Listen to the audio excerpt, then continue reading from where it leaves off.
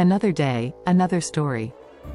In 1819, 10-year-old Louis Braille became the youngest student ever admitted to the Royal Institute for Blind Youth in Paris. Eager to learn how to read and write, Braille was crushed to learn that the school's library contained just 3 books. That's because the only system at the time for printing books for the blind was embossed lettering. Printers would carve wooden blocks into the shape of each letter, reversed, and press them into thick sheets of wax paper, resulting in rows of large raised print. Welcome to Tableau Eminent Channel. With training, a young blind person could learn to read the embossed letters with their fingers, but the printing process was so labor-intensive and expensive that very few books were made. Years later, Braille recounted his first impression as a gifted young blind student confronted with the prospect of being locked out of the world of knowledge and discovery. "If my eyes will not tell me about men and events, ideas and doctrines, I must find another way," said Braille. "If I cannot discover a way to read and write, to understand life about me and life from the past, then I shall kill myself." With inspiration and effort, Louis Braille devised a simple and elegant system that allowed the blind and visually impaired to read quickly and almost effortlessly. And he did it all before his 16th birthday. A terrible accident. Louis Braille was born in 1809 in the French village of Coupvray outside of Paris. He was the youngest of his parents' 4 children, born healthy and with full sight. Braille's father, Simon René, was a harness maker by trade. As an inquisitive toddler, young Louis would sit by his father in his workshop playing with scraps of leather. One day, while Simon René was speaking with a client, 3-year-old Louis grabbed an awl from his father's workbench. Mimicking his father, Louis tried to push the sharp, pointed tool through a piece of leather, but his hand slipped. A rare opportunity to learn in the early 19th century, most blind people didn't have much hope for leading a fulfilling life. People with disabilities were routinely institutionalized, forced to act as comic entertainment or left to panhandle on the streets. Louis Braille was blessed with a loving family who treated him like the rest of their children. Braille attended the village school, played musical instruments and did chores around the house. Simon René taught his blind son the alphabet by nailing round-topped nails into a board in the shape of the letters. Braille reproduced them by shaping pieces of straw. The limitations of embossed print. The Royal Institute for Blind Youth was founded in 1784 by Valentin Hauy, a young French educator who was appalled by a street performance mocking the blind. Hauy began with one student, a blind beggar named François Lesueur. To teach Lesueur how to read, Hauy made wooden blocks with each letter of the alphabet and assembled them into words on a rack. By accident, Hauy discovered that Lesueur could also make out the indentations on the reverse side of printed pages. That gave Hauy the idea of printing larger embossed letters using sheets of wax paper. Through trial and error, Hauy stumbled onto the first primitive system for teaching blind students how to read.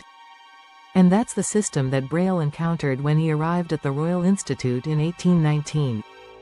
When Braille finally got his hands on the school's 3 embossed letter books, he was deeply disappointed.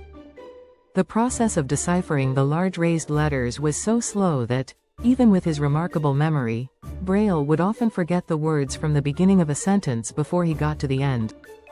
"I can't imagine how anyone could read fluently with embossed print," says Ariel Silverman, director of research at the American Foundation for the Blind.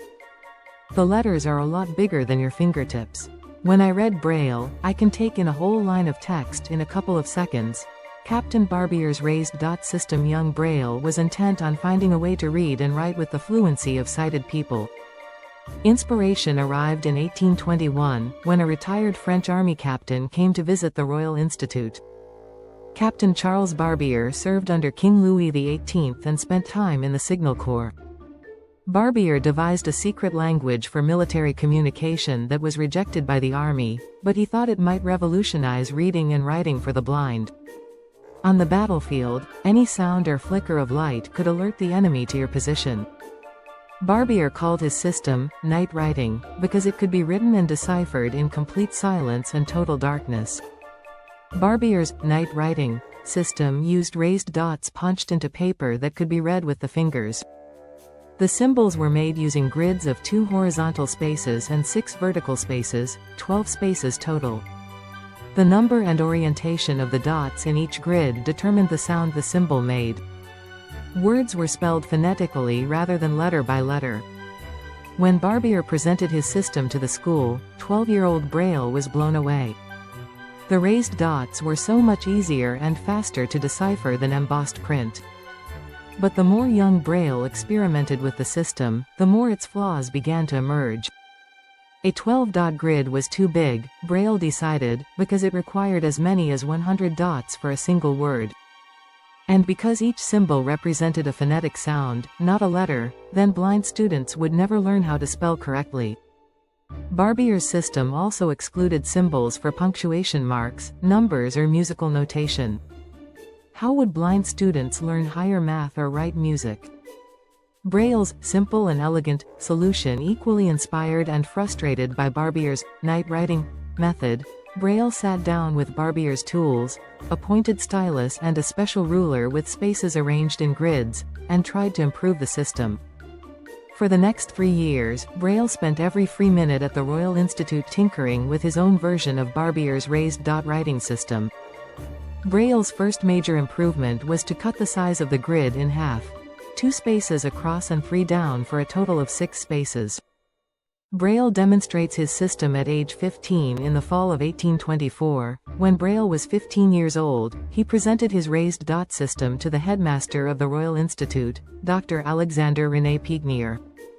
Braille sat poised with his stylus, ruler and paper while Pignier read aloud from a long article.